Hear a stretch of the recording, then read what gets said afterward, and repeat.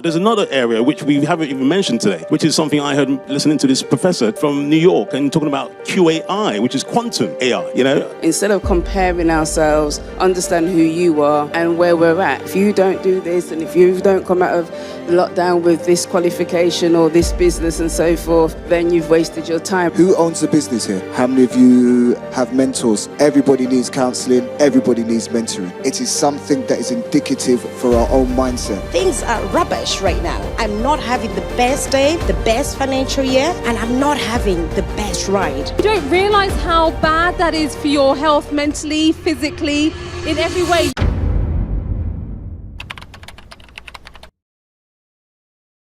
Okay, well, there's a lot that's been unpacked there, but I just want to just add to that. So, I mean, one of the things that I didn't mention earlier, that I actually work in technology, my very first career. As I said, I'm one of those, jack of all trade, master of none. You name it, I've probably done it. So my first job was actually working in technology. I worked for a financial software company. So has anyone dabbled in stocks and shares, that kind of stuff? Yep, so that's what we used to do, back in the day. So I understand, so this stuff around AI, when it came out, it resonated with me because I, understand a little bit about tech. And the thing about AI is, as the last panel said, it's about giving us control. You think about Web 1.0, it was static. 2.0, they talk about it was allowing us to be participative, to participate and start to read the stuff. We read it and we participated. And then this next stage, which is we're still at the very embryonic stages. We're not really established. We're talking about it like as if it's, it's overwhelming, it's saturating us. No, it's just about to start. There's another area which we haven't even mentioned today, which is something I heard listening to this professor from New York and talking about QAI, which is quantum AI. My man, Dexter's in the room. So he would know, you guys know about this stuff, right? So the point is, it's not to be fearful. It's to be fearless about this stuff. I was at a talk and there was a guy there who was an expert in AI. And one of the things he said, as a careers consultant, I'm always fascinated about just learning how I can share information with my students. And one of the things he said AI is going to transform society. He said AI is going to create wealth that nothing before has ever created. And that is the power of AI. So it's not something for us to be scared of, it's something for us to embrace, and that's what the panel is talking about. And when we think about AI, it's about giving us control. But I'm quite interested to hear from the panel around this element of control, because when it comes to our mind, and my fellow panelists have talked about our minds and how we, to some extent, actually give control of our minds to other people. That is a very dangerous place to be. I have a mantra and I have a tenet I live by and this is maybe profound for some people, I do not compare myself with other people. There's a great philosopher from Zimbabwe. He talked about, a star doesn't compete with other stars around it, it just shines. So the question is, are you shining enough? Are you giving your best? Because when you give your best, you achieve whatever you want to achieve. Andrea was talking about just now, about, the fact that we post something online, it doesn't get liked, we feel disconnected, we feel no one likes me. I don't care, because believe me, there was an audience out there for you. It's about persisting, participating, creating it, owning it. We talked about ownership in the last segment. There's a famous publisher called Felix Dexter, some of you might have heard of him. He talked about ownership is everything. Ownership is everything, and that's what AI gives us. So I'm very keen to hear from our panelists in terms of how we can start to take control of our minds, because I think that's a real important segment, a really important area. I think you hit on a point where it's comparing ourselves to other people, and that's where I think it deteriorates the mental health. Throughout lockdown, you had all these shows on YouTube, like if you don't do this and if you don't come out of the lockdown with this qualification or this business and so forth, then you've wasted your time. And I think that really impacted people. And when you see all these things with AI and the technology that is emerging right now, you probably will have a full-time job as well, and trying to kind of get into the business, the entrepreneurial side, take on the information of technology, absorb all this information, and you feel that you're not catching up with everybody else. And I think, how do we manage that, our mental health with that? Because you're comparing yourself, and we're human beings, so we're going to. So it's about creating the balance. It's also just understanding your own pace.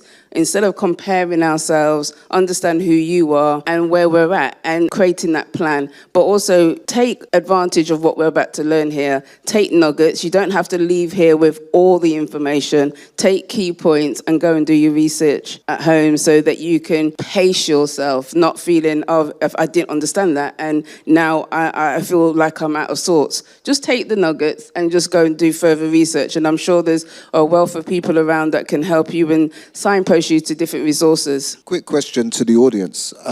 Who owns the business here? How many of you have mentors? How many of you have got counsellors? So out of the 10 people I've seen, there's only 2 people that put their hand up for mentoring and counselling. Everybody needs counselling. Everybody needs mentoring. It is something that is indicative for our own mindset. For us up here as mind panelists, have you got a counsellor? No. Now you do, right beside me. But what I'm saying is, even for myself, you need counselling because social media takes it out of you.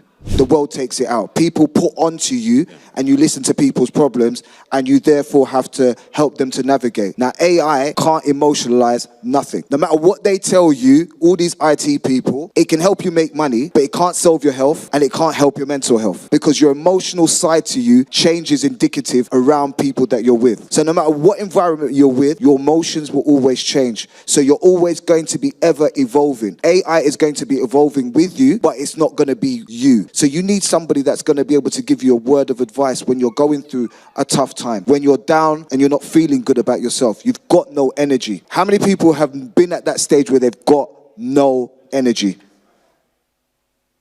I got no energy because I got 5 kids and 1 on the way. I say that with purpose. Because if I don't have a counsellor, if I don't have a mentor, I'm going to have a breakdown. So I need someone to talk to. I was just going to say, you're going to add something, Alison, to that.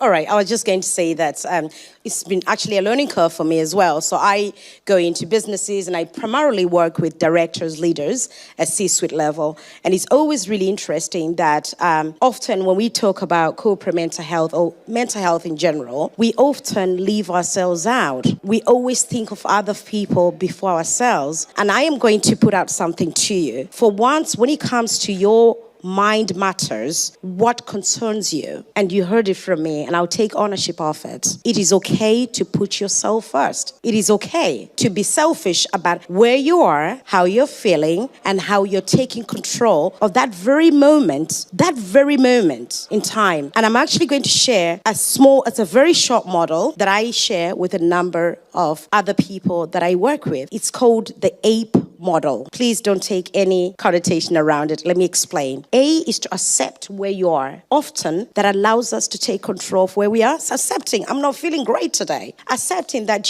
I'm looking for answers through AI, through all of these technologies. It's not doing it for me. Accept where you are. Things are rubbish right now. I'm not having the best day, the best financial year, and I'm not having the best ride. Everybody around me is doing so freaking great. I'm telling you, it doesn't matter. Accept where you are. P, now that I know where I am, now that I have accepted that, bloody hell, Alison is not feeling great today. I'm having a really bad moment in my life or bad moment with where I am. What do I do about it? Okay? Often, we move that ownership of our problems onto other people. You, every one of you, are responsible for your own mental health first, before anybody else. So accept where you are. Plan. What do I do? Do I look for help? Can I manage the situation? And E is very important. Now that you've planned, and a lot of us don't do it, execute. Do it. Do it. What you plan, you must do. So plan things that are very achievable. There's no goals in my vocabulary. I don't use goals. Because goals are almost unattainable often. We set goals for ourselves against other people, against so many parameters in our lives. We won't live by other people's goals that they set for us. Know what is achievable for you and your household, your wallets, okay, your circumstances. Accept, plan, execute. Can I just have everybody say this because I want it to stay in your mind? Because if you repeat it, you will remember it. So A is for? Accept. P is for? Plan. I like that. Excuse me. Somebody's got it. Okay, so A, accept. P is plan. And E is? Execution. Thank you. I just wanted to add one thing. I think during our times currently with this hybrid model of working and working from home a lot, I think if you are starting your own business and developing it, it can be quite tedious, working from home. Something that's really helped me is developing my self-discipline and cultivating it. So that means getting up early, doing a workout, having a warm and a cold shower in the mornings. That gets my day off to a really good start. And then after that, first thing in the morning, I would recommend to everyone who's working from home, even with their own business, is to get outside, get some sunshine, and go for a walk. And then go to a coffee shop, even for a couple of hours. Because I know a lot of people who are working from home, who will work from home with their pajamas on for half the day, will think it's fine, and they'll go out later on at 4 o'clock or something. But you don't realize how bad that is for your health mentally, physically, in every way. Dressing up is really, really gives you a feel-good factor. It's really important. And also, getting that sunshine is critical. And if you can work out first thing in the morning, you will feel so damn good for the rest of the day. And this is something that I have been working on, and I've now got to a point where it's stabilizing and it's really, really benefiting me. So it's my top tip. Thank you. I just want to say that don't underestimate the tips that you've just heard here. Implementing those tips will do you a world of good, and it will really empower your mental health. And like the lady said earlier, we're all working on our mental health. You could have good mental health, poor mental health. As much as you go into the gym to work out and exercise those muscles, it's the same for your brain as well, for good mental health. So I just wanted to thank the panel for the information, and thank you for listening. Thank you.